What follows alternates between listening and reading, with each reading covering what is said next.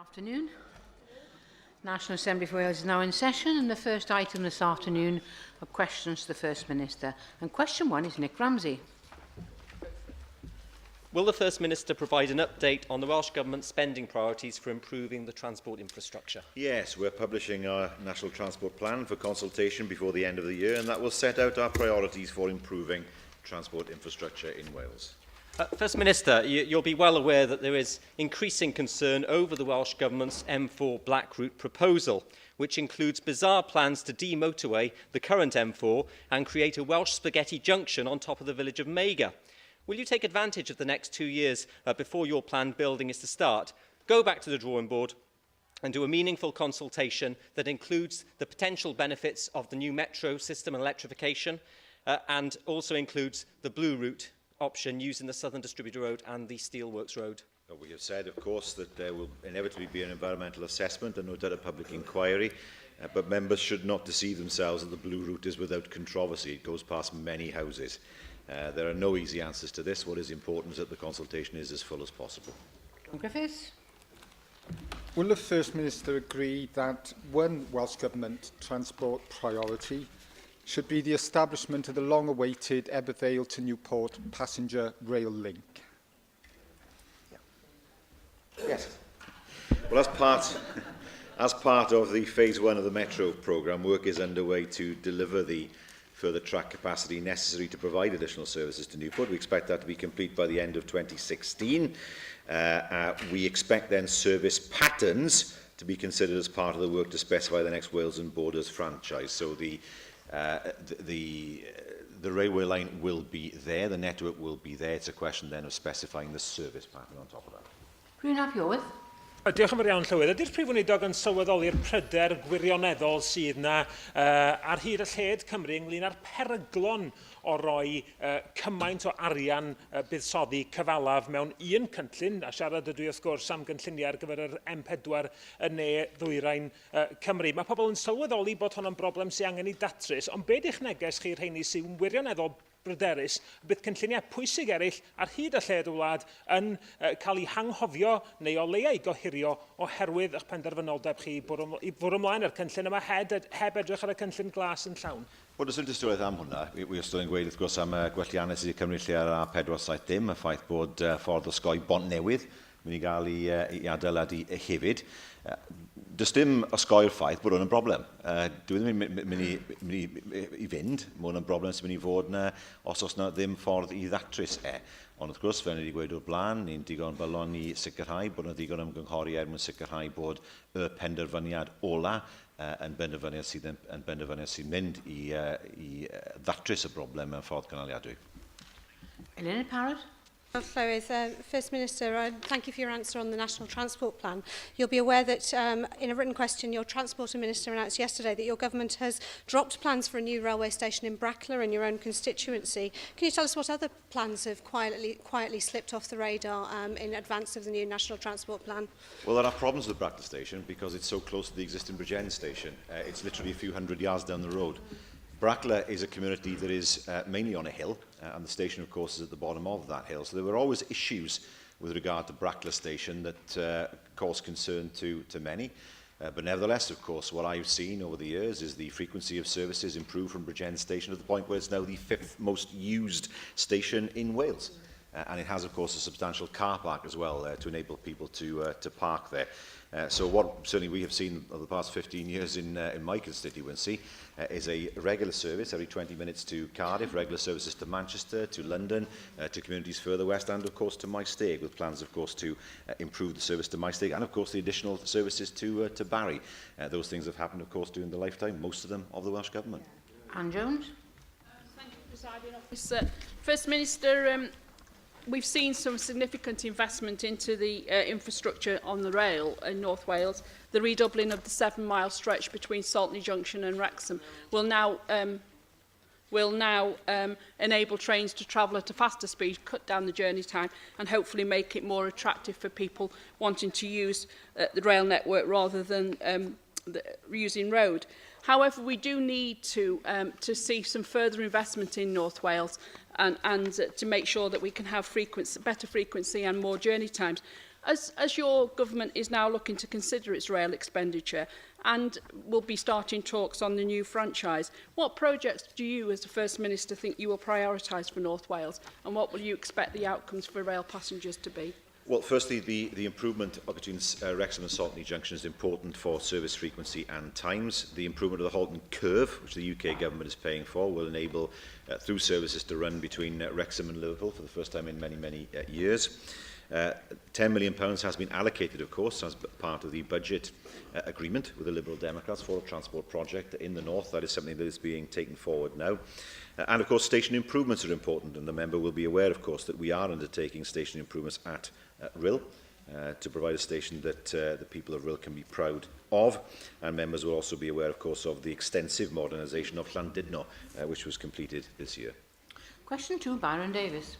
Thank you, Presiding Officer. Will the First Minister outline his vision for the future of the tourism industry in Wales, please? Yes, it's to be found in our tourism strategy, Partnership for Growth 2013 to 2020. Thank you, First Minister. At the beginning of this month, I tabled 2 written questions to the Minister for Economy, Science and Transport, asking very simply what recent discussions has the Minister had regarding a transatlantic flight from Cardiff, and will the Minister publish a strategy for securing a transatlantic flight from Cardiff Airport? Now, I should have received an answer by the 13th of November, and having checked today, nothing has been forthcoming. Given my role as a scrutiniser and the importance of transparency in government, can you explain the delay, or could you answer these 2 simple questions as to whether you have had, had any discussions regarding transatlantic flights to Cardiff Airport, and whether there is indeed a government strategy for securing transatlantic flights to Cardiff? Well, first of all, there are other hubs in the world that would be a priority, Dubai being one of them, for example. If by a transatlantic flight we mean a flight to New York, I do not think that will be viable. Bristol tried this, it didn't work because, of course, New York doesn't have a hub airport, unlike other American cities, and it's important where people fly long haul that they're then able to access other airports from the hub airport that they've just flown into, in the same way as they do with Schiphol. Dubai acts in the same way, Frankfurt acts in the same way in Germany. So we are looking at ways of enhancing the long haul offer from Cardiff, but it's probably right to say that we are looking in other directions at the moment rather than a straight flight to the eastern seaboard of the States. Anne Jones.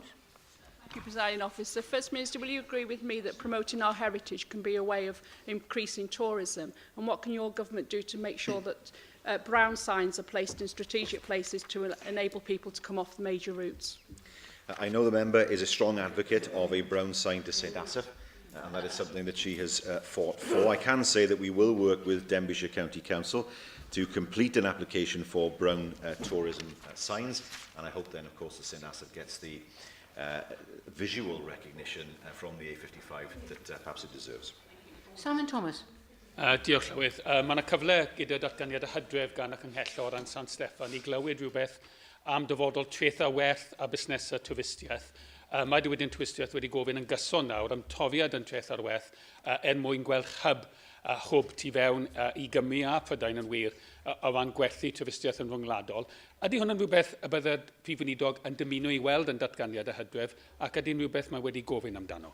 Mae'n rhywbeth byddwn ni'n gefnogol iawn. Yn gyffredinol, wrth gwrs, mae traeth ar werth yn rhywbeth sydd ddim yn dreth sydd yn hollol teg, wrth gofio ffaith bod rhywbeth sydd yn ennill y llia, sydd wedi talu y mwyaf ynglyn â chanran i tal nhw.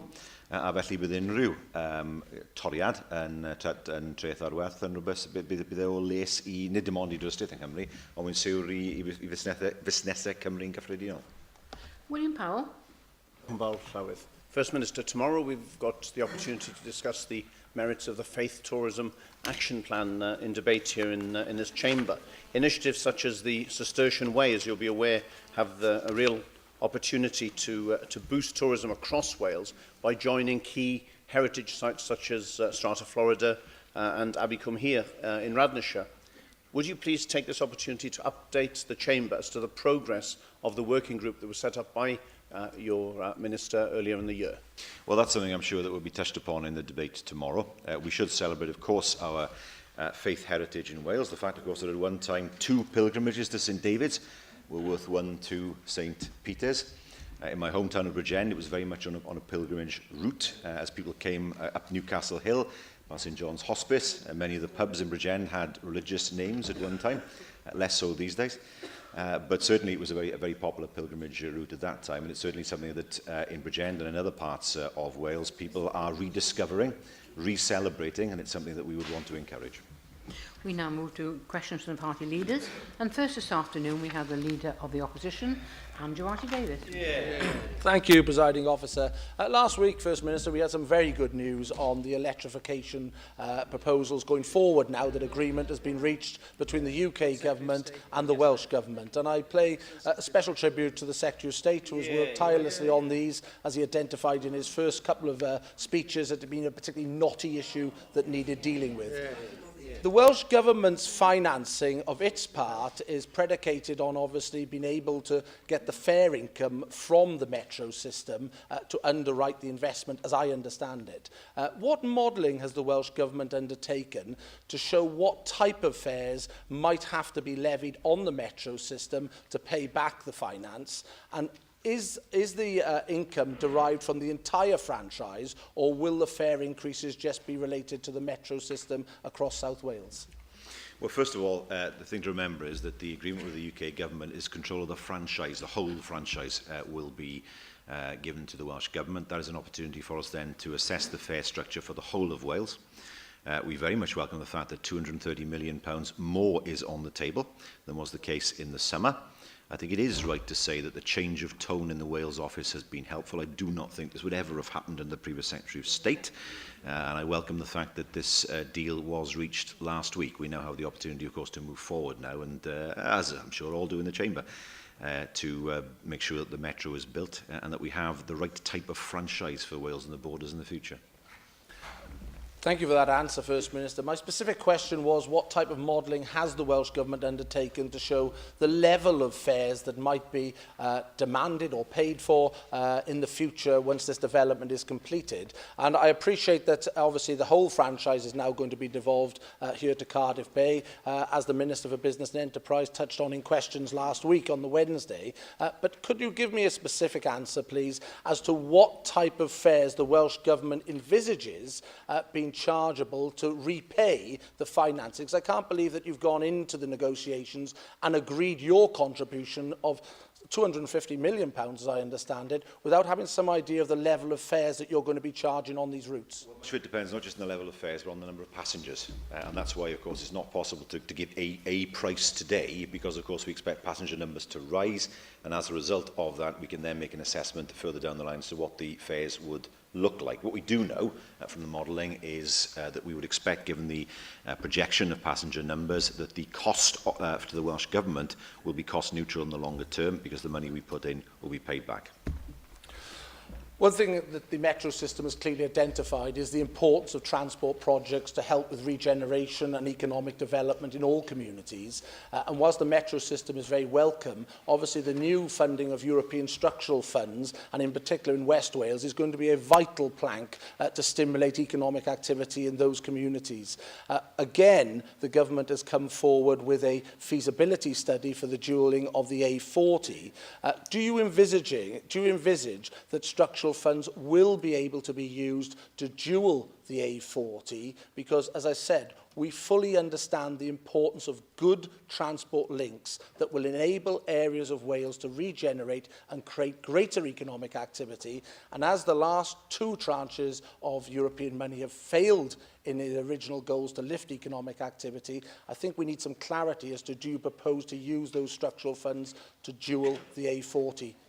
If those funds are available for that purpose, yes, of course, we will. The issue with transport and European structural funds is a difficult one, because there are some restrictions that are in place for use in transport projects.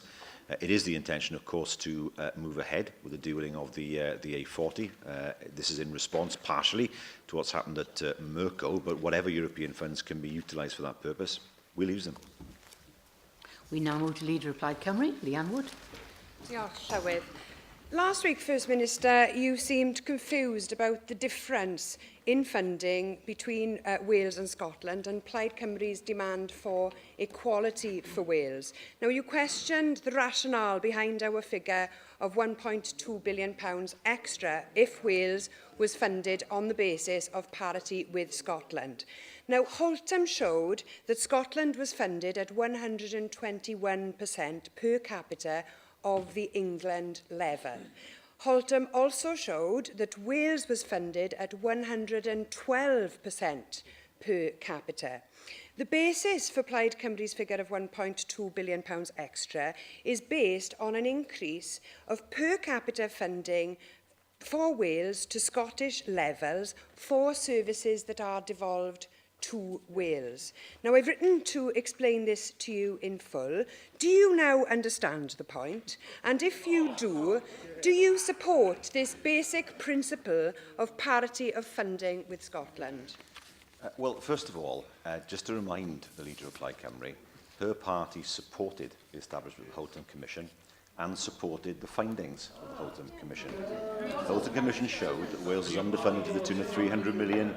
Now, this figure of £1.2 billion is still not explained, either within this chamber or to the people of Wales. She and I will agree that Wales is underfunded. When she produces figures that support her, well, I look forward to the letter. I haven't seen it yet, but I'll study the letter when it arrives. We operate on the basis that Wales is underfunded to the tune of £300 million.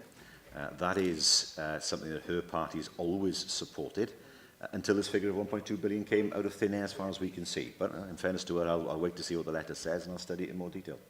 First Minister, you know full well that the vow that was given to people in Scotland ahead of the referendum has completely changed the game. While you were standing shoulder to shoulder with the Conservatives in the No campaign in Scotland, you were agreeing to the locking in of Wales's financial disadvantage. So let's be clear, First Minister, when you talk of parity with Scotland, you don't actually mean it at all, do you? But let's look at this on your terms. I find it telling that you quote a figure of £300 million shortfall estimated in the first Holtham report. The second Holtham report estimated a gap of a minimum of £400 million. Can you tell us why you set your sights so low by quoting the lowest Holtham figure possible? It really is for Wales v Scotland, isn't it? It worked for the SNP to try and say that Labour was standing with the Conservatives in the referendum, but see if it works in Wales. That's the way that Plaid Cymru operate. I have to say to her, once again, she has not produced any evidence to support £1.2 billion. She supported, and her party supported, the Holtham Commission, its establishment, and its findings. And I have to say, once again, to the Leader of Plaid Cymru, her party's position is to see the ending of any money being transferred from Whitehall or Westminster to Wales. She is either in favour of independence and financial independence, or she is in favour of more money from Whitehall. If she is in favour of the latter, I would agree with her. We want to see that Wales is funded fairly. What we don't want to see is no funding coming to Wales at all, which is her party's logical policy. You know full well that we want Wales to become an independent country.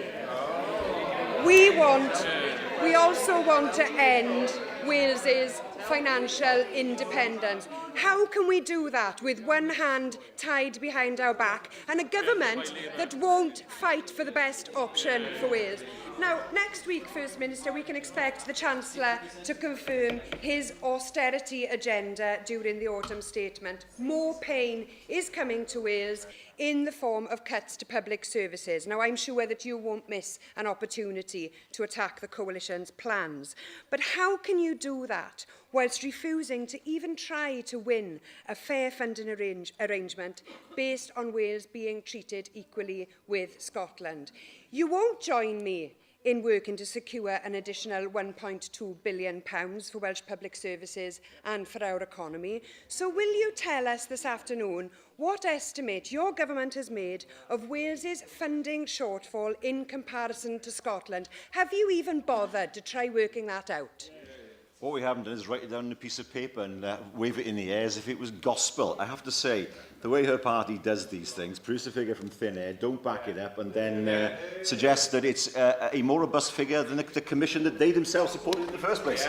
You know, that's where they are at the moment. We have fought long and hard for fair funding for Wales. We've done it on the basis of evidence, not on the basis of fantasy, which is where she has come from.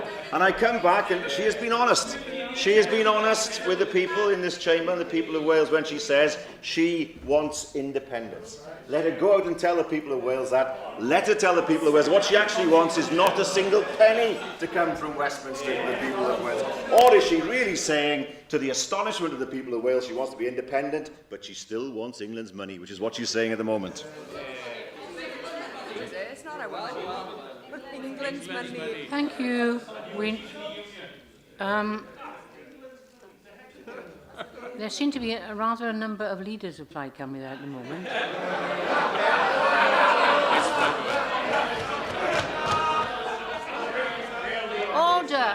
Order. Leanne Wood has finished her questions. We now move to the Leader of the Welsh Liberal Democrats, Kirsty Williams.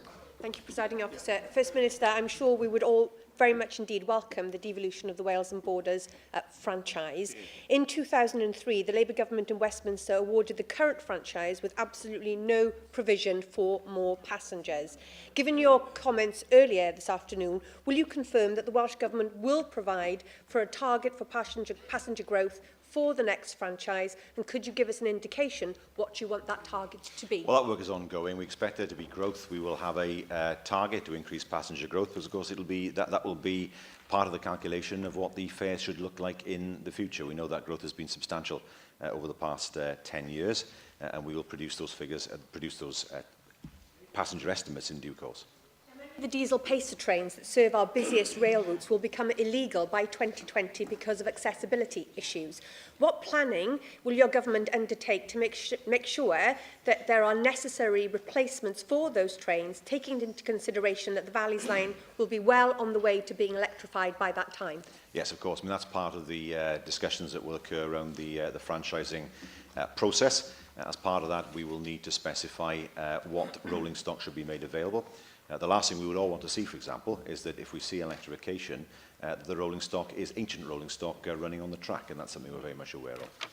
Just last week, your Transport Minister said, and I quote, "I just hope that I have rail devolved as soon as possible so that we can actually get on with doing a good job on our own services." Now that her wishes have been granted, you will have the tools to tackle poor quality rolling stock, which has forced 2 apologies from Arriva Trains Wales in just the last month, and provide rolling stock to make good on your promises about increased services on the Vale of Glamorgan line and on the Cambrian line and on the Ebble Vale line. So will you commit today to publishing a rolling stock strategy in conjunction with the next franchise to maximise the potential benefits that both electrification and devolution of the franchise can bring to our country? Absolutely. Now we have the tools to do this, it'll be far easier to specify the quality of the rolling stock, the nature of the rolling stock, the nature of the services, of course, and what the overall fare structure should look like. As I say to the Leader of the Liberal Democrats, what we would not want to see is for there to be modernisation of the track, but then not see a concurrent modernisation of the rolling stock. The two things have to run together.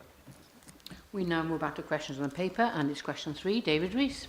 Okay, will the First Minister make a statement on what the Welsh Government is doing to improve the health services in Wales? Indeed. We ensure the improvement of healthcare services through the planning and delivery framework, and of course we're investing an extra £425 million over the next 2 years in the NHS to support this work. Well, thank you for that answer, First Minister. But over recent weeks, in fact months, we have seen an attack from the UK government ministers on the Welsh NHS. And I have no doubt this attack will continue as we go up to the general election, as they try to deflect the attention away from the abysmal work in the NHS in England. Now, as part of their attack, the consideration of a review by the OECD into the NHS across the UK was highlighted. Can you provide an update on the progress being made with regard to that review?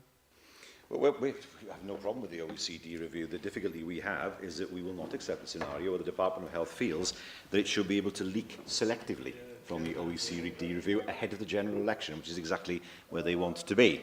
But you don't have to take my word for it. Let me quote to the member a letter sent by Jim Wells, MLA, who is the Minister for Health, Social Services and Public Safety in the Northern Ireland Executive. He writes the letter on behalf of all the devolved ministers, and he says, whilst we all support the review, we have to record that we have some concerns about the possibility of extracts from the work being referenced in advance of publication of the work. There should be an unusual departure from normal practice. It is not one we could support. Officials from each of the devolved administrations had previously made this clear in the first meeting of the review steering group held in early September, that is this year. Accordingly, we would be grateful for confirmation that neither you, that is Jeremy Hunt, nor your ministerial colleagues in Whitehall would intend to proceed on this basis. We have not yet had a response. Darren Miller. Thank you, Presiding Officer. First Minister, one thing which certainly needs to improve as far as NHS performance in Wales is concerned are referral to treatment times and indeed your understanding of them. It is a disgrace, frankly, that you are 7 times more likely, if you are a Welsh patient, to wait more than 6 months for treatment than if you are a patient from England. Now, you have consistently said in recent media interviews and appearances that the clock starts ticking at a different point in terms of referral to treatment and the way that it's recorded in Wales versus England, but that is not true. The clock starts ticking in terms of the record from the time of a referral from a GP to treatment in both England and Wales, and you're still 7 times less likely to have your treatment after 6 months than you are in England. Will you apologise for misleading the Welsh public? Not at all. That is the situation as they have described it themselves. And I have to say to the member, given the traumas that his party is experiencing with the NHS in England, he is not in the best position to raise help at the moment. We have only just heard in this chamber the position of Northern Ireland, Scotland and Wales, where they wish to ensure that the Department of Health does not act in a dishonest way 7 times more likely information to the press ahead of a general election for their own petty party political gain. And that is a view not just held by us in Wales, but by Northern Ireland and Scotland as well. Comments, I shall write to you. Helen Jones.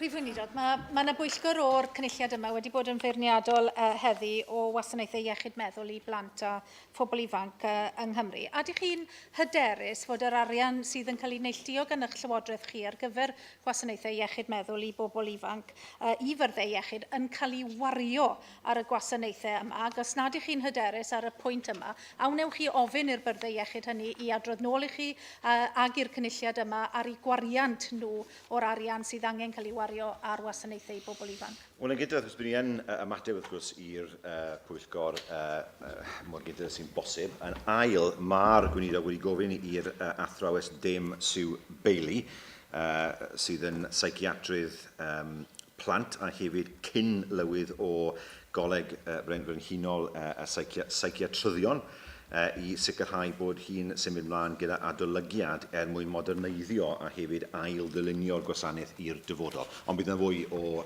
ymateb wrth gwrs manwl yn y pen draw. Casey Williams. First Minister, the latest figures regarding performance against waiting time targets at the end of September of this year showed that Powys Local Health Board alone was the only local health board to actually meet the Welsh Government's targets, and I congratulate them in doing that. However, many of my constituents still feel that 26 or 36 weeks is still an incredibly long time to wait for surgery when they are in pain. What plans does your government have to reduce those waiting times for local health boards that are meeting your targets? Well, I mean, as I already mentioned earlier on in my answer, we've put an extra £425 million into the Welsh NHS over the next 2 years. We expect that, of course, to have a positive effect, whilst, of course, recognising that increasing demand means that there will be a further need in the future to identify new resources for the NHS in order to keep up with that demand. It's important, of course, as well, that patients in Powys are able to access health services in England. I do not, this is not her party's view, I know, but I do not accept the view put forward by the Conservative Party that Welsh patients are refugees in the English NHS. It's not that long ago that the party opposite fought an entire election demanding that Welsh patients should be able to access English hospitals. And then we have Jeremy Hunt saying that they are all indeed refugees. An appalling comment made by a Conservative, but it does give us an idea of what the political games are that are being played between now and next May. Question 4, Joyce Watson. What is the Welsh Government doing to deal with violence committed against women? Could I thank the member for her question? Could I thank her personally, actually, for the immense effort she's put in to this area of work, an exceptionally important area of work, and she's been tireless in her efforts to deal with domestic violence. Can I say we are progressing an ambitious programme of work in this area? The bill, of course, itself is a key part of that. The debate, of course, will take place this afternoon, and I'm sure the Minister will have more to say on the issue in the course of that debate. Thank you for that, First Minister. And I also want to recognise the Wales-wide support for the White Ribbon campaign. And today is International Day to End Violence Against Women and Children. And I want to particularly thank the Scarlets rugby team, because they actually did wear white ribbons on their shirts last Friday and dedicate the match towards raising funds to end violence against women and children in Llanelli. And I also want to recognise the South Wales Fire and Rescue Service for becoming the first in the world to get the white ribbon status as a fire service. And I think that that is incredibly important. And of course I welcome all the legislation and look forward to discussing the Gender-Based Violence, Domestic Abuse and Sexual Violence Wales Bill later on. But I do have to recognise, Minister, that because of budget cuts from Westminster, the UK's refuge network is under tremendous strain. Mothers are fleeing violence and they are struggling to get legal aid, and specialist prosecutors for rape cases have been cut back and domestic violence courts are closing. So could I ask you, First Minister, that you will do all that you can through your partners in local government to secure that the networks that offer women's safety services in Wales are protected? Could I thank the member for the question? In terms of the Fire and Rescue Authority, she, of course, I think was at an event this morning, celebrating that accreditation. The point about the legal system is a more than fair point, because the criminal legal system is being destroyed systematically. Representation is not available to people who need it. Money is not being made available for prosecutions, and my great fear is that we will see fewer and fewer successful prosecutions in the future as the court system gets slower and slower. It is inevitable that that will happen over the next few years, given the budget cuts in legal aid that we have seen. Perhaps the member might be interested in knowing what government is doing. We are projecting white ribbons onto the Pierhead building and Caerphilly Castle this evening. And there are a number of events that will take place at the Welsh Government offices in the court during the course of the day to further raise awareness across the organisation. But she's right to say, in these days of austerity, it can be quite a challenge to make sure that those who most need support get it. Jonathan Saunders. Thank you, Presiding Officer. First Minister, last year, 1.2 million women in England and Wales suffered domestic abuse. In October, the Minister for Public Services gave the Communities, Equalities and Local Government Committee assurances that you and he had discussed about amending the Gender-Based Violence, Domestic Abuse and Sexual Violence Wales Bill to recognise the disproportionate impact that gender-based violence has on women and girls. How have these conversations sort of gone forward, and how will that lead to a dramatic difference in terms of amendments to stage 2 of this bill? I think the member will be pleased by what the Minister has to say this afternoon, and first I leave it to him to take that forward as part of the debate. I'm sure she'll want to express a view then as well. First Minister, I agree with you entirely about your comments on legal aid, but I wonder if you would, on White Ribbon Day, join with me in congratulating Theresa May in refusing entry to the UK last week to Julian Blanc, the so-called seduction expert and dating guru, who actually advocates sexual violence and psychological abuse as techniques in coercing and controlling women. Absolutely. I could not agree more with the member. There is a fine line to be drawn between freedom of speech and incitement to violence. And on that occasion, the line was firmly drawn on the right side, namely that the influence of this person would be extremely malevolent, not just on society, but on the country as a whole. And I very much welcome the decision that was taken, and I fully support her view upon that. Thank you, Presiding Officer. First Minister, returning to the gender-based violence bill, and I do endorse what Jocelyn Davis has just said and yourself. You'll know that the committee was particularly concerned because the bill did not contain much in terms of education. And I accept that there was a curriculum review, but there was a particular approach to education, a whole school approach, which the committee felt should be in the bill. I know we'll be debating later on, but does the government prepare to give any ground in that regard?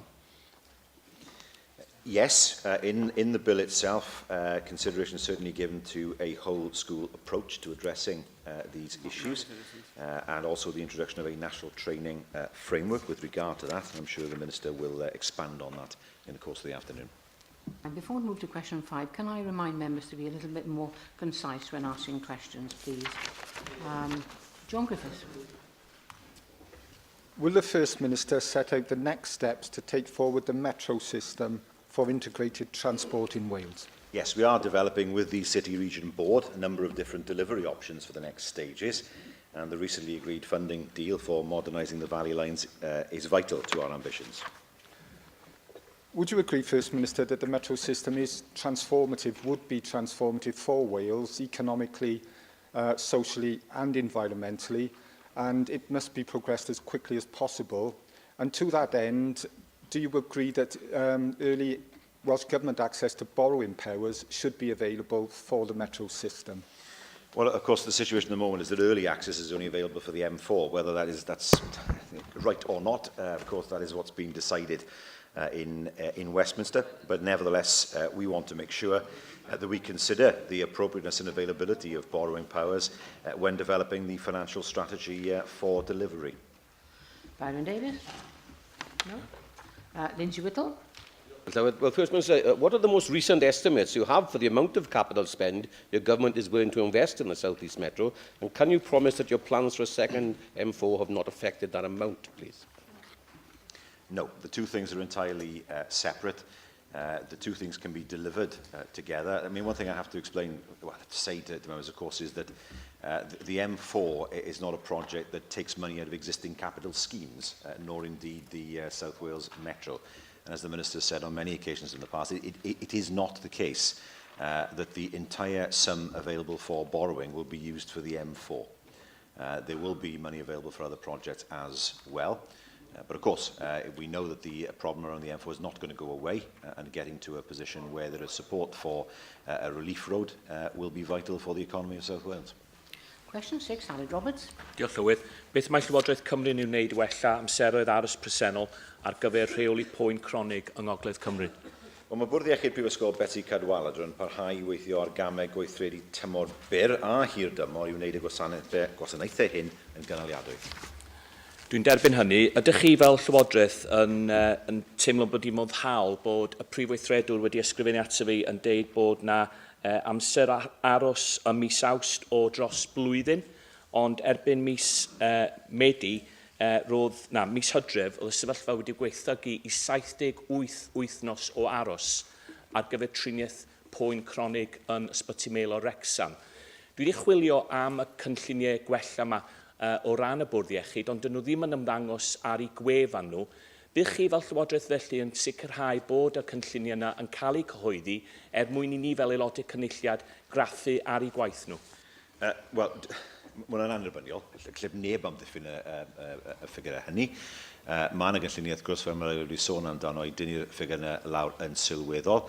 Na i ofyn i'r gweinidog ysgrifennu atoch chi, a gyda'r manylion sydd eisiau, mae'n bwysig dros ben, wrth gwrs, bod y cynllun sydd ar gael yn gyhoeddus, a na'n siw bod y gweinidog yn sicrhau bod y cynllun ar gael i chi fel aelod.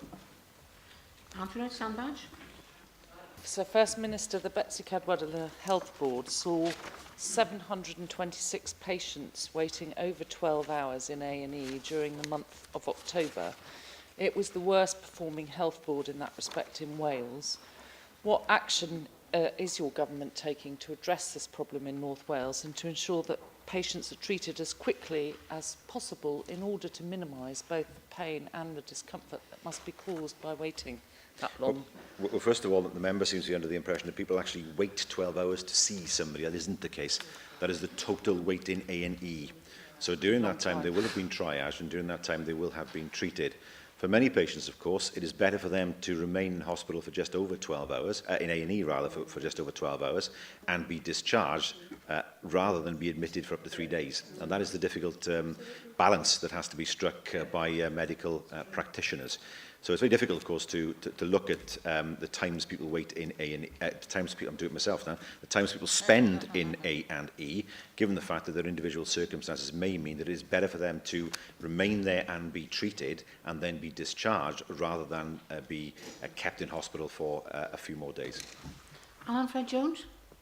Diolch yn fawr. Mae amseroedd aros yn achosi pryder mawr yn y gogledd ac fe dwedodd Prif Weithredwr y Gwasanaeth Iechyd Cymru wrth y Pwyllgor Cyfrifon Cyhoeddus bod yr amseroedd aros yma yn achos pryder iddo fo.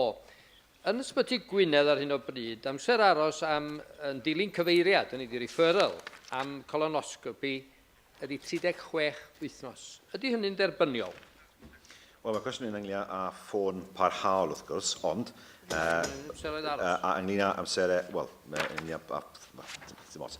Mae'r cwestiwn ta beth. Beth sy'n bwysig i wrth gwrs bod ni yn bwrdd i hunan yn sicrhau bod yna fwy o nodau ar gael mwyn bobl yn gallu cael colonoscopi mewn llai o amser. Gai ofyn felly gweinidog ysgrifennu atoch chi gyda mwy o fanylion ynglyn â ym mha ffordd mae'r bwrdd yn delio gyda hwn. Question 7, Julie Morgan. Presiding Officer, what plans does the First Minister have to increase employment opportunities in Cardiff North? Well, we're all committed, of course, to delivering sustainable employment in all of Cardiff. We do this by working with the city region, with the Central Cardiff Enterprise Zone, which I appreciate is not in the member's constituency, to stimulate job creation through new investment opportunities. I thank the First Minister for that response. Does the First Minister agree that it's a tribute to the skills of the labour force in Cardiff North and in South Wales that the prestigious International Baccalaureate organisation based in Cardiff Gate in Pontprenau, in my constituency of Cardiff North, decided to leave Cardiff North to go overseas. That happened a few years ago, but then was obliged to change its mind and has now taken a 10-year lease on a new building in Cardiff Gate, and it says 300 jobs are safeguarded and there may be future jobs. Yes, I declare an interest here that my wife once worked for the IB when they were in Cardiff, South Penarth, in St Mellons, and the member is absolutely right to say that they had given thought to moving abroad. It's clear that the quality of the workforce available in their constituency could not be matched elsewhere, and I'm very, very happy that, of course, they have now committed in the long term to remain in Cardiff North. Andrew Archie-Davies. Thank you, Presiding Officer. First Minister, the Corriton line, which is also known as the City Line, doesn't fall part of the valleys area as defined by Network Rail. Are you of the mind that this line will also benefit from the electrification process that will be ongoing in the valleys area? Because obviously the Vale Little Morgan line is to be electrified. So will the Corriton line also fall under the electrification scheme? It's part of the metro. No question about that, and will be dealt with as if it was part of the wider metro network. There's no suggestion that somehow it will be excluded from the plans that we have. Leanne Wood. First Minister, the so-called economic recovery was undermined when the Welsh Retail Consortium reported large footfall declines on our high streets recently. In October, we saw the biggest decline since February. Now, in Wales, we've had 3 business rate reviews and little action. The Party of Wales wants to see action, and we've proposed taking businesses with a rateable value of less than £10,000 out of the rate system altogether. That would deliver a much-needed boost to 70,000 Welsh small to medium-sized businesses that form the backbone of the Welsh economy. And I'm sure you'd agree with me that those businesses could do with help as soon as possible. First Minister, if your government does not support Plaid Cymru's policy on this, can you please explain why? Well, first of all, I'd like to know how much it would cost, and secondly, where that money would come from. That has not been explained to us. If she's suggesting that there should be increases in business rates on larger businesses, that would cause great problems with regard to some of our bigger employers. If you look, for example, at employers like Tata, they're already wrestling with enormously high energy costs as compared to some of the other countries that they produce in, so I'd be very reluctant to do that. But as the Leader of Plaid Cymru well knows, business rates have not yet been fully devolved. So what they may want to do in the future is not yet within the control of the Welsh Government. We expect that to be the case in April of next year, and the Minister in any event has gone through a review process to look at business rates to provide the most attractive business environment possible for Wales. But as I say, it's perfectly right, of course, to come forward with a policy, but we do not need to understand what it would cost and where the money would come from.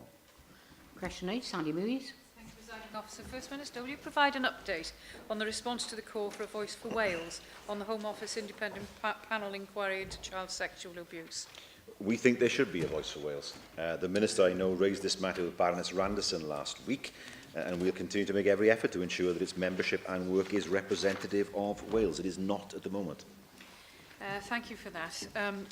It would be very sad that that indication seemed to be that the Home Office will reject calls by Gwenda Thomas, the former Social Services Minister, for a Welsh nominee. But it's not a matter which should be ignored or taken lightly. There are two very important points I'd like to make. North Wales has been at the centre of child abuse allegations for 20 years or more via Waterhouse and now Operation Paliau. And Wales has its own social services and safeguarding children procedures.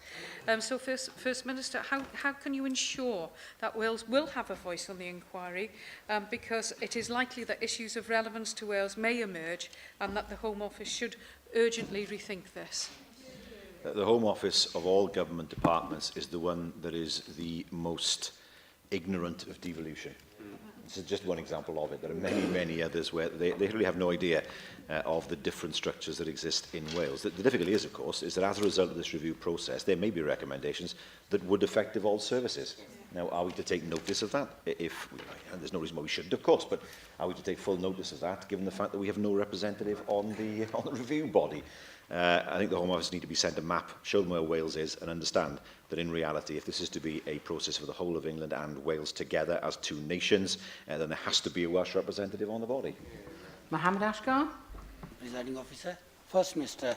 The independent inquiry set up to consider whether public bodies and other institutions failed in their duty of care to protect children from sexual abuse represent a diverse range of experience, including social care, academia, law enforcement, health, media, the voluntary sector, and those with experience of child sexual abuse. Does the First Minister agree that what matters now is that the panel gets on with its work and report as soon as possible to ensure we have proper safeguards of protection for our children in the future? There are people in Wales with that expertise. That's the whole point. I mean, the member seems to suggest that somehow these people aren't available in Wales. They are. I mean, the review itself has had a very difficult history, as we know, but if this is to be an England and Wales review, there needs to be representation from Wales as part of it. Otherwise, of course, what credibility can it have if it does not take into account the separate structures and safeguards and legislation that we have in Wales? It just won't fit. So it's absolutely crucial there's somebody there who is representing Welsh interests in what is meant to be a two-nation review. Bethan Jenkins. Prif Weinidog, dwi'n cytuno gyda'r hyn ar Sandy Mewis wedi dweud a Gwenda Thomas yr wythnos diwethaf bod angen llais clir gan Gymru ar yr adolygiad hynny. Yn enwedig gan bod yna diddordebau gynhenid i Gymru, enghraifft yr iaith Gymraeg, os oes unrhyw un sydd yn dod ger bron i roi tystiolaeth, byddwn nhw eisiau teimlo'n gyffyrddus i gallu gwneud hynny. Pa trafodaethau ydych chi wedi cael gyda'r Llywodraeth ynglŷn â enwau penodol o bobl sydd yn cael gwrthdaro diddordeb fel sydd wedi digwydd gyda'r sefyllfa ar hyn o bryd yn Lloegr mwyn i ni gallu cael llais cryf i Gymru ar y panel yma?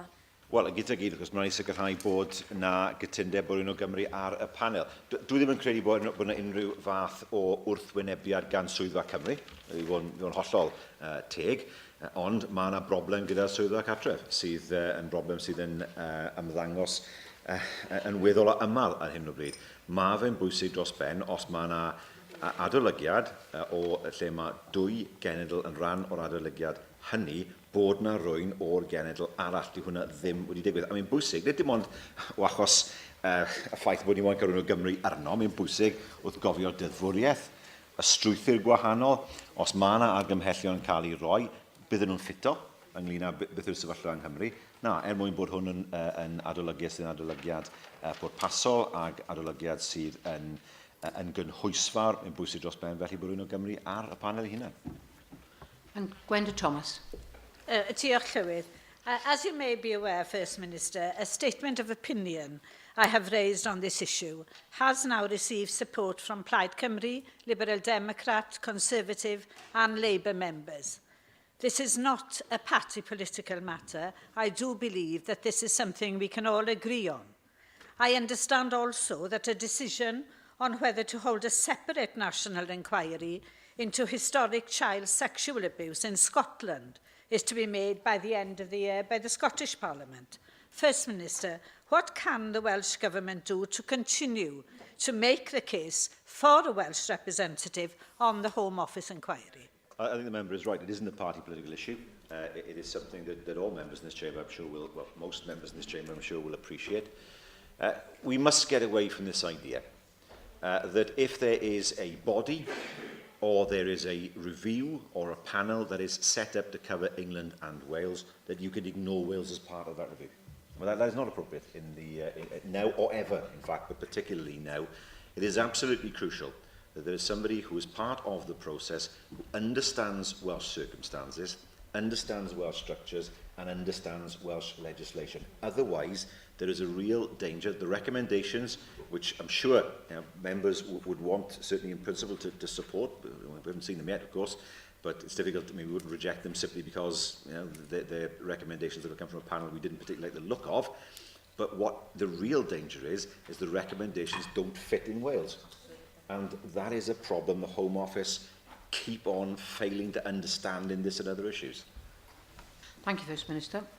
We now move to item 2, which is a business statement.